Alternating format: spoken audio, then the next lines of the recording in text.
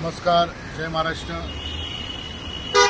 गेल्या अनेक दिवसांपासून पश्चिम रेल्वेच्या मेकॅनिकल डिपार्टमेंटच्या सर्व एसएससी लोकांनी महाराष्ट्र रोमन रेल्वे कामगार सेनेकडे तक्रार केली होती की आपल्या मुख्यालयात बसलेले TCME रवींद्र कुमार वर्मा हे अत्यंत जबरदस्ती, जोरजुलूम, हुकुमशाही, तानाशाही पद्धतीने असंवेदनशीलपणे वागून आपल्या एसएससी असतील, अन्य कर्मचारी असतील, त्यांना पूर्णपणे चार्जशीट देण्याचं काम असेल, सस्पेंड करण्याचं काम असेल, या सगळ्या गोष्टी ते करतायत। आणि हे काही आपल्या कामगारांसाठी किंवा एसएससीसाठी हे योग्य नाही आहे।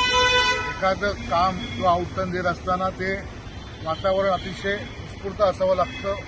वरच्या PHODs असतील किंवा आपले CWMs असतील, यांचा एक सपोर्ट असावा लागतो। परंतु अशा असुरक्षित वातावरणामध्ये कमी मनुष्यबळ असताना देखील आपले एसएससी आणि आपले सर्व कर्मचारी हे चांगल्या प्रकारचं आउटटर्न देतात।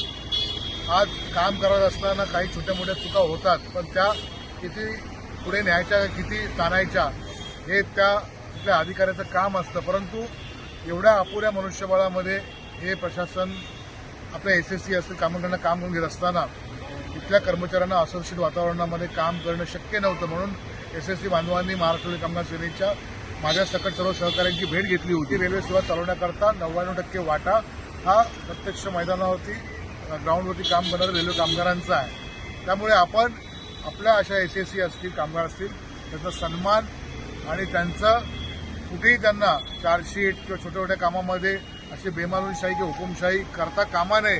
ही जर झाली तर घाट महाराष्ट्र रोमन रेल्वे कामगार सेनेची आहे, असा सज्जड इशारा महाराष्ट्र रेल्वे कामगार सेनेने दिलेला आहे। आणि महाराष्ट्र रेल्वे कामगार सेना या संपूर्ण गोष्टीकडे पूर्णपणे लक्ष देऊन आहे। आणि भविष्यात TCMEकडनं असं कुठचं कृत्य आढळलं तर महाराष्ट्र रेल्वे कामगार सेना त्यांना या मुख्यालयामध्ये घुसू देणार नाही। ही ताकद आदरणीय राजसाहेब ठाकरेंच्या महाराष्ट्र रेल्वे कामगार सेनेची आहे। त्याच्यामुळे काही मायबाप या रेल्वे कामगारावरती अन्याय झाला तर महाराष्ट्र रेल्वे कामगार सेनेचा आवाज आणि लाद ही कायम हे अन्यायाविरुद्ध बसेल, एवढं मात्र सगळ्यांनी लक्षात घ्यावं।